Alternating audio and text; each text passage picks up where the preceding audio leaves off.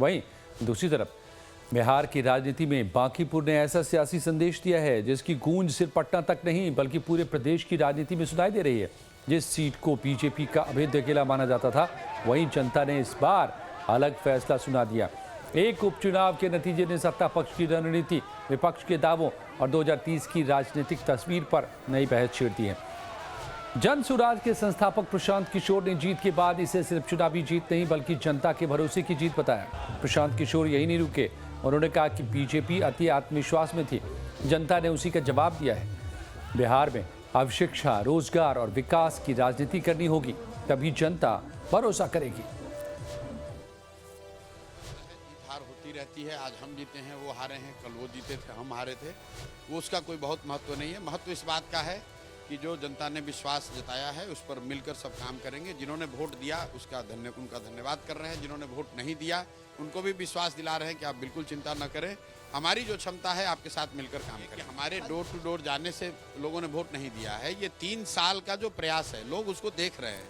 अगर 3-3.5 साल में जनसुराज की तरफ से या मैं व्यक्तिगत तौर पर जो काम मैंने किया है वो अगर न किया होता तो बांकीपुर की जनता इतने आसानी से आप पर भरोसा नहीं करती। लेकिन जहां तक बात रही कुत्ता बिल्ली का, देखिए ये कोलोकियल बात है, रेफरेंस के हिसाब से आप देखिए, कोई कुत्ता बिल्ली तो चुनाव में खड़ा होगा नहीं।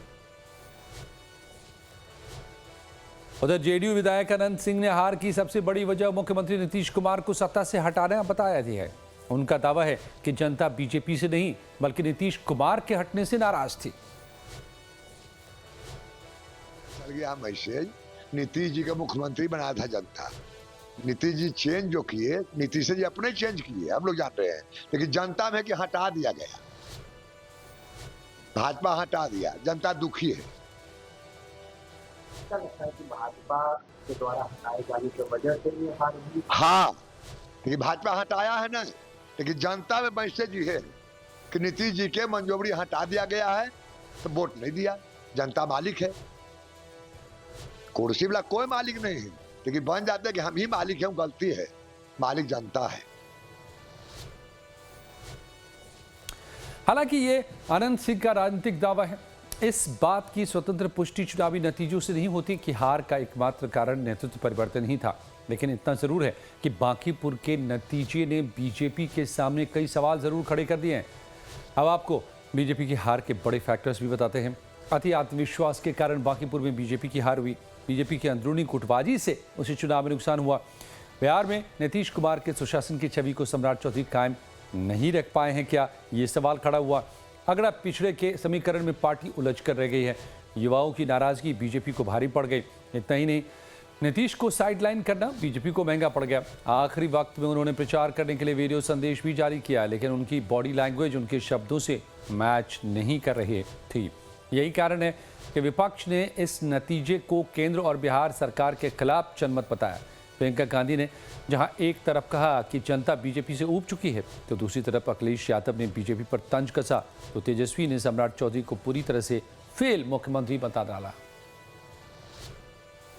दिख रहा है ना कि लोग थक चुके हैं, ऊब चुके हैं बीजेपी से, समझ रहे हैं अब कि क्या हो रहा है क्या नहीं हो रहा है देश में। और उसके और ये या मेरे ख्याल से ये शुरुआत है। क्या ये रिफ्लेक्शन है मैम, उत्तर प्रदेश में इसका क्या असर होगा, उत्तर प्रदेश में इसका क्या आगे देखेंगे क्या होगा। बांकीपुर के हार के बाद भारतीय जनता पार्टी के कार्यकर्ताओं पे कुछ बाकी बचा ही नहीं है और 12 साल का ही रिटर्न गिफ्ट मिला है बीजेपी को।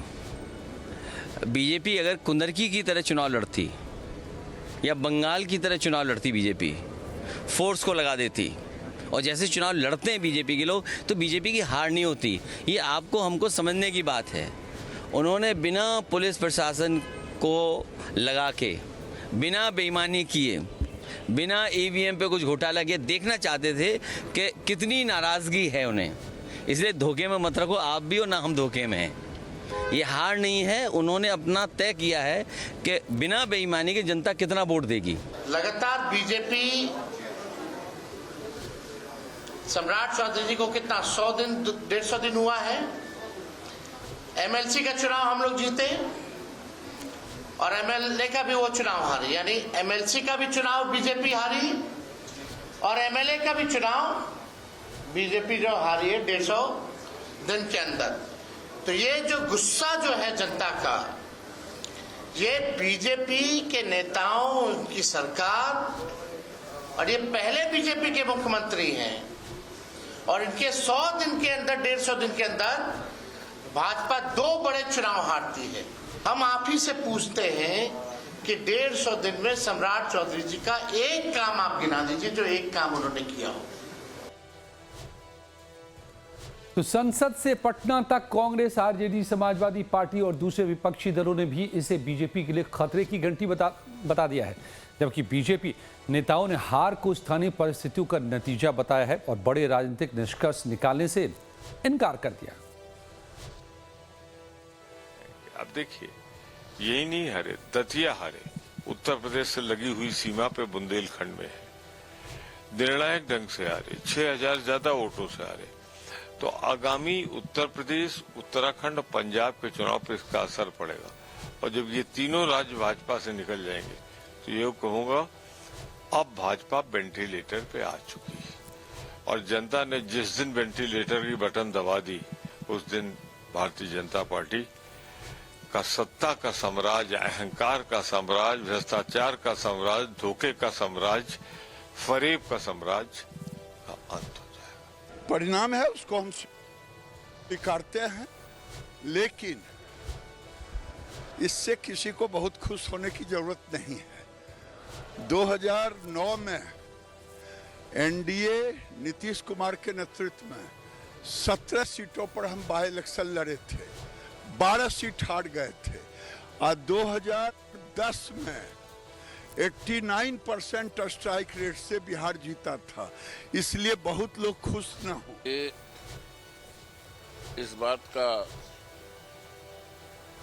संदेश है और संकेत है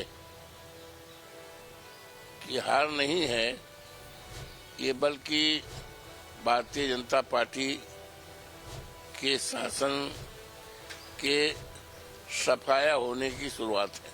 अब अंदाजा लगा सकते हो गढ़ ढहने का मतलब क्या है। जब गढ़ ही ढह लगा है तो जो सीधे जो छोटे छोटे टीले टपोले अपने आप हो जाएंगे। ये भारतीय जनता पार्टी की सरकार के पतन की शुरुआत का संकेत है। लेकिन सबसे बड़ा सवाल यही है कि क्या बांकीपुर का परिणाम 2030 की राजनीति की दिशा तय करेगा, या ये सिर्फ एक उपचुनाव का संदेश है। हार के बाद बीजेपी नेतृत्व के 3 बड़े संदेश निकलकर सामने आ रहे हैं। अगड़े पिछड़े की पॉलिटिक्स से बीजेपी को बाहर आना होगा, नए पुराने नेताओं का झगड़ा खत्म कर आगे बढ़ना होगा, कोर वोटर कार्यकर्ताओं का ख्याल रखना होगा। बांकीपुर में प्रशांत किशोर की जीत के मायने पर अगर जोर दें तो इसे बिहार के सियासत में तीसरी शक्ति के रूप में उदय के तौर पर देखा जा रहा है। गठबंधन की राजनीति में बदलाव हो सकता है। दोनों प्रमुख गठबंधनों को अब अपनी रणनीति बदलाव लाना होगा। इतना ही नहीं, अब बिहार में मुद्दों की राजनीति पर जोर रहेगा। हार से सबक लेना होगा। बांकीपुर का नतीजा सिर्फ एक सीट का फैसला नहीं, बल्कि बिहार की बदलती सियासत का संकेत माना जा रहा है। प्रशांत किशोर इसे 2030 की भूमिका बता रहे हैं। विपक्ष इसे बीजेपी के खिलाफ जनादेश कह रहा है, जबकि बीजेपी नुकसान की भरपाई और नई रणनीति की तैयारी में जुटी है। अब सबकी नजर इस बात पर होगी कि क्या ये परिणाम आने वाले विधानसभा चुनावों की दिशा बदलते हैं या नहीं।